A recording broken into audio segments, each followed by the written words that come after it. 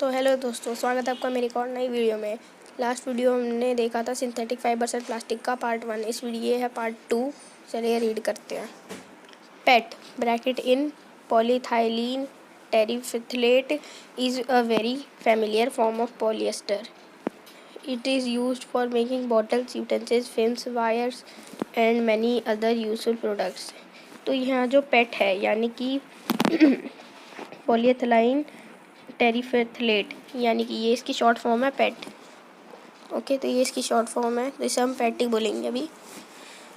Okay, तो ये एक बहुत ही ज़्यादा जाना माना फॉर्म है पॉलिएस्टर का। बहुत ही ज़्यादा जाना माना फॉर्म है। इससे बहुत सारी चीज़ें बनाई जाती हैं, जैसे कि बॉटल्स, यूटेंसिल्स यानी कि बर्तन, फिल्म्स, वायर्स और भी बहुत सारी ज़रूरी चीज़ें। देखते हैं आगे। Look around and make a list of things made of polyester. तो हमें यहाँ पर एक लिस्ट बनाने को बोला है जिससे हम पॉलिएस्टर की चीज़ें बनाते हैं। तो ऐसे हमें बहुत सारी चीज़ें तो इधर दे ही रखी हैं। अब देखते हैं इस येलो बॉक्स में क्या लिखा है। Polyester bracket in poly plus ester is actually made up of the repeating units of a chemical called an ester. तो जो पॉलिएस्टर है ये दो शब्द से मिला है, पॉली और एस्टर। और ये जो है ना, ये दो यूनिट से मिलके बना है, दो केमिकल यूनिट से मिलके बना है। इसका नाम है Easter.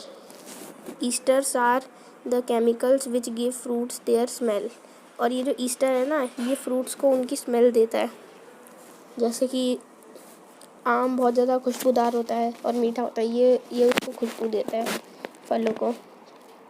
Fabrics are sold by name like polycot, polywool, terycot etcetera. As the name suggests, these are made by mixing two types of fibers. Polycot is a mixture of polyester and cotton. तो ये जो कपड़े हैं ना, वो इनके नाम से ही बेचे जाते हैं, जैसे पॉलीकॉट, पॉलीवूल, टेरिकॉट और भी बहुत सारे जो जैसे हमने नाम इनके सजेस्ट किए। तो ये दो टाइप्स के फाइबर को मिला करके बनते हैं। जैसे कि पॉलीकॉट जो होता है ना, वो पॉलिएस्टर और कॉटन का मिक्सचर होता है, और जो पॉलीवूल होता है ना, वो पॉलिएस्टर और वूल का मिक्सचर होता है। We wear sweaters and use shawls or blankets in the winter. Many of these are actually not made from natural wool. तो हम जो स्वेटर्स और शॉल या फिर कोई ब्लैंकेट्स यूज़ करते हैं सर्दियों में, इनमें से बहुत सारे ना नेचुरल वूल से नहीं बने होते। ये जैसे कि दो चीज़ों को मिला के बने होते हैं। जैसे इधर हमने देखा पॉलीवूल है ना, ये पॉलिएस्टर और वूल का मिक्सचर होता है। तो ये प्योर वूल नहीं है, ये पॉलिएस्टर और वूल है, ये दो चीज़ का मिक्सचर है। तो इसीलिए ना ये प्योर वूल जैसे दिखाई नहीं देते, और ये ना दूसरे तरह के सिंथेटिक फाइबर से बनाया जाता है, जिसका नाम है acrylic. The wool obtained from natural sources is quite expensive. तो जो वूल होता है ना, यानी कि जो असली वूल होता है, जो भेड़ का होता है, वो बहुत ही ज़्यादा महंगा होता है। इसीलिए जो क्लोथ्स एक्रेलिक के बनते हैं ना, वो सस्ते होते हैं, इसलिए वो ज़्यादा डिमांड में रहते हैं। और they are available in a variety of colours, और वो बहुत सारे कलर्स में भी अवेलेबल होते हैं मार्केट्स में। Synthetic fibres are more durable and affordable which makes them more popular than natural fibres. अब जब नेचुरल फाइबर से सिंथेटिक फाइबर से ज़्यादा महंगे हैं, तो ऑब्वियसली सिंथेटिक फाइबर ज़्यादा डिमांड में रहेंगे, इसीलिए लोग सिंथेटिक फाइबर को ज़्यादा प्रेफर करते हैं। You have already performed an activity of burning natural and synthetic fibers. Activity 3.6 of class 7th. What did you observe when you burn synthetic fibers? You find that their behavior is different from that natural fibers. तो हमने 7th में एक activity देखी थी जिसमें हमने एक natural और सिंथेटिक फाइबर्स को बर्न किया था। ओके, तो उसमें हमें बहुत से डिफरेंस देखने को मिले उन दोनों को जब हम जलाते हैं। You must have noticed that synthetic fibers melt on heating.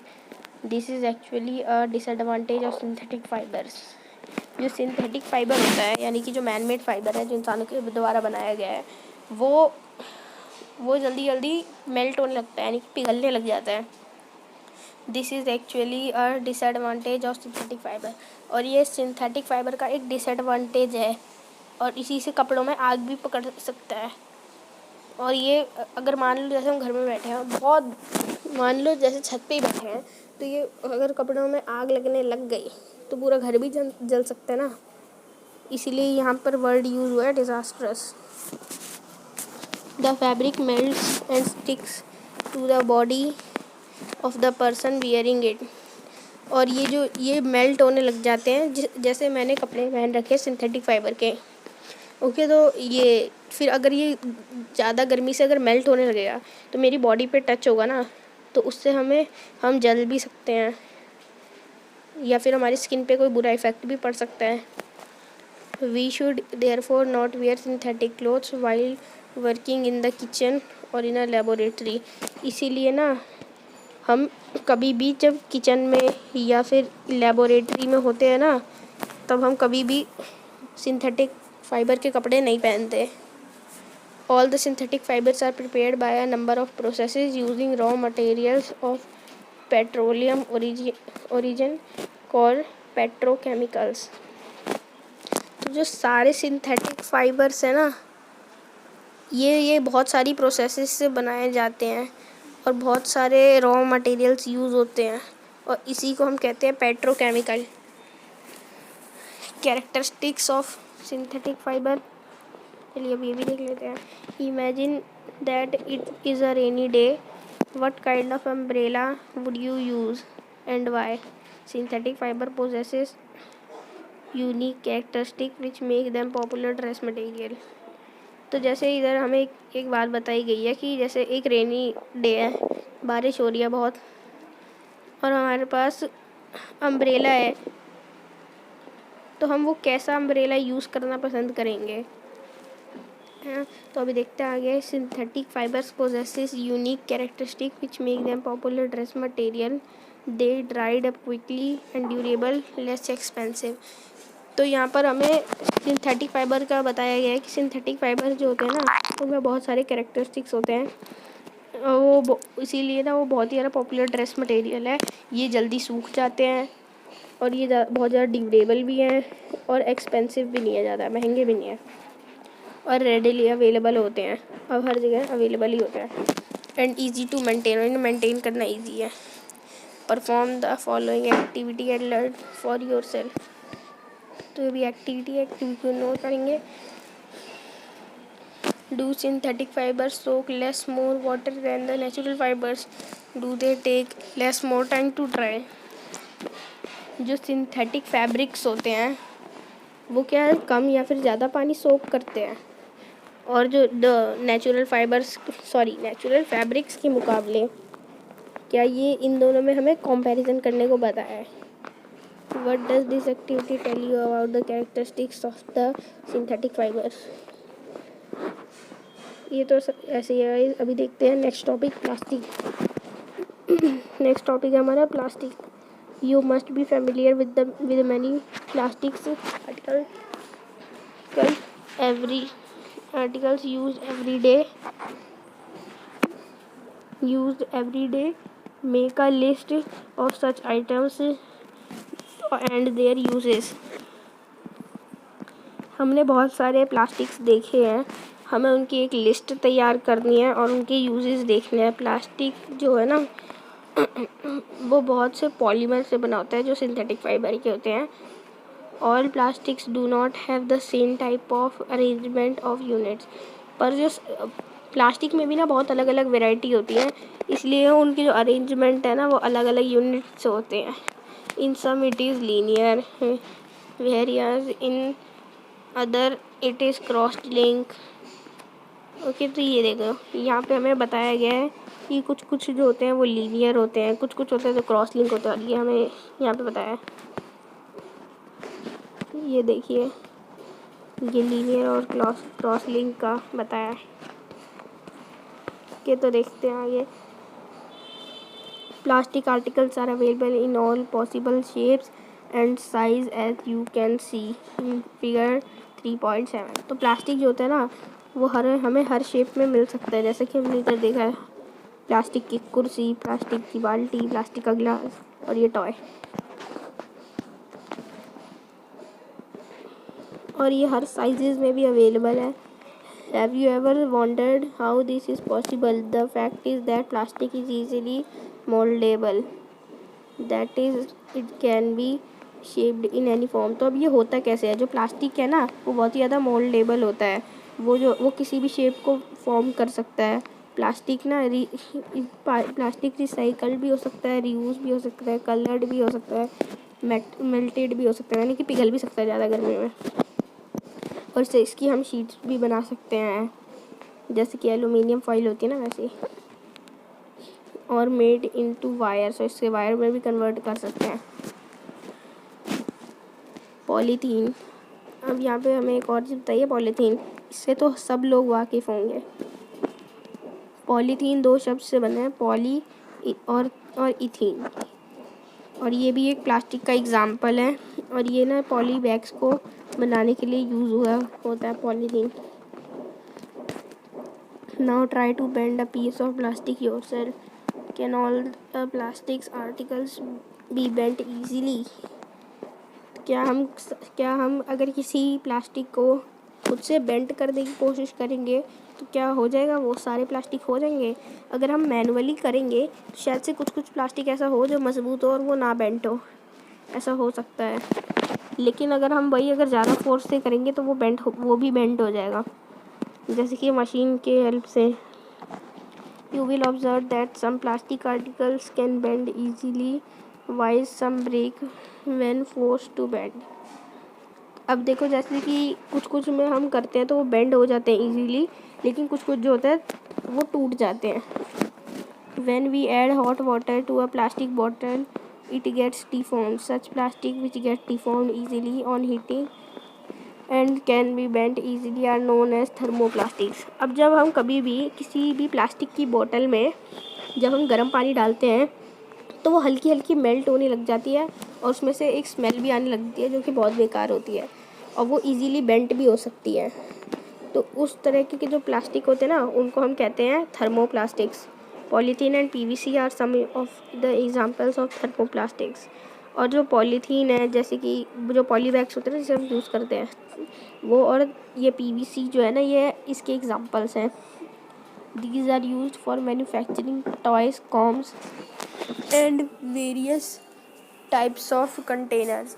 इससे ये यूज़ होते हैं टॉयज़ बनाने के लिए, कॉम्स बनाने के लिए और बहुत तरह के टॉयज़ बनाने के लिए।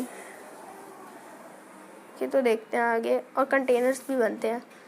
On the other hand there are some plastic which when moulded once can not be softened by heating. अब यहाँ पे कुछ ऐसे भी प्लास्टिक्स हैं जिनको जब हम मोल्ड एक बार कर देते हैं तो फिर वो दोबारा से सॉफ्ट नहीं होते गर्म करने पे, तो इनको हम कहते हैं थर्मोसेटिंग प्लास्टिक्स। ओके, तो देखते हैं इसके 2 एग्जांपल्स है, bakelite and melamine. Bakelite is a poor conductor of heat and electricity. तो ये जो बेकलाइट है ना ये भी एक थर्मोसेटिक प्लास्टिक का एक एग्जाम्पल है, और ये जो है ना ये हीट और इलेक्ट्रिसिटी का पुअर कंडक्टर है। It is used for making electrical switch handles of various utensils etc. तो ये जो है ना ये इलेक्ट्रिकल स्विचेस के लिए यूज़ हुआ है, या फिर हैंडल्स जैसे कि फ्राइंग पैन होता है ना उसका हैंडल जो होता है ना वो, और भी बहुत सारी चीज़ों में। और जो मेलामाइन है ना वर्सेटाइल ये एक बहुत ही ज़्यादा वर्सेटाइल मटेरियल है। It resist fire and can tolerate heat better than other plastic. ये जो है ना ये आग को ना बहुत देर तक बर्दाश्त कर सकता है दूसरे प्लास्टिक्स के मुकाबले। It is use for making floor tiles, kitchen ware and fabrics. ये टाइल जो होती है ना जो ज़मीन पर टाइल लगती है उसमें यूज़ होता है, किचन में भी यूज़ होता है और कई तरह के फैब्रिक्स में भी, जो कि फायर रेजिस्ट ना कर सके। Show the various uses of thermoplastics and thermosetting plastics. तो यहाँ पर फिगर 3.8 में हमें थर्मोसेटिंग प्लास्टिक्स और थर्मोप्लास्टिक्स के ना एग्जांपल दे रखे हैं। तो थर्मोसेटिंग प्लास्टिक्स में हमें देखा स्विच बोर्ड, ये तो समझ में ही नहीं आ रहा, ये प्लेट है, ये ऊपर वाला समझ में नहीं आ रहा, और नीचे में दिया है एक बॉक्स और एक वायर छोटी सी। लिखते हैं plastics as material of choice. Today if we think of storing a food item, water, milk, pickles, dry fruit etcetera, plastic containers seem most convenient. तो आज अगर हम किसी चीज़ को अगर स्टोर करना चाहें, चाहे पानी को या फिर दूध को या फिर अचार को, किसी भी चाहे ड्राई फ्रूट्स को या फिर ड्राई फूड को, तो हम प्लास्टिक कंटेनर्स को ही चूज़ करते हैं, क्योंकि ये जो होते हैं ना ये लाइट वेट होते हैं, बहुत ही ज़्यादा सस्ते होते हैं और उनकी स्ट्रेंथ बहुत अच्छी होती है, यानी कि बहुत मजबूत होते हैं और ये इजीली हैंडल भी कर सकते हैं हमने। Being lighter as compare to metals, plastics are used in cars, aircraft and spacecraft. जो ये होता है ना ये प्लास्टिक्स, ये बहुत ज़्यादा हल्का होता है, इसलिए हम कार्स में भी नहीं यूज़ कर सकते, एयरक्राफ्ट में भी और स्पेसक्राफ्ट में भी। The list is endless if we start counting articles like slipper, furniture, decoration pieces etcetera. तो ये इसकी जो लिस्ट है ना वो बहुत ही ज़्यादा अनगिनत है। ये बहुत सी चीज़ों में यूज़ होता है, जैसे कि चप्पलों में, फर्नीचर में, या फिर डेकोरेशन के लिए बहुत सी चीज़ों में यूज़ होता है। तो गाइस ये पार्ट 2 है, इसमें हम यहीं तक पढ़ेंगे, आगे का देखेंगे हम पार्ट 3 में। तब तक के लिए हमारी वीडियो को लाइक करें, चैनल को सब्सक्राइब करें, वीडियो को शेयर करें। Thank you.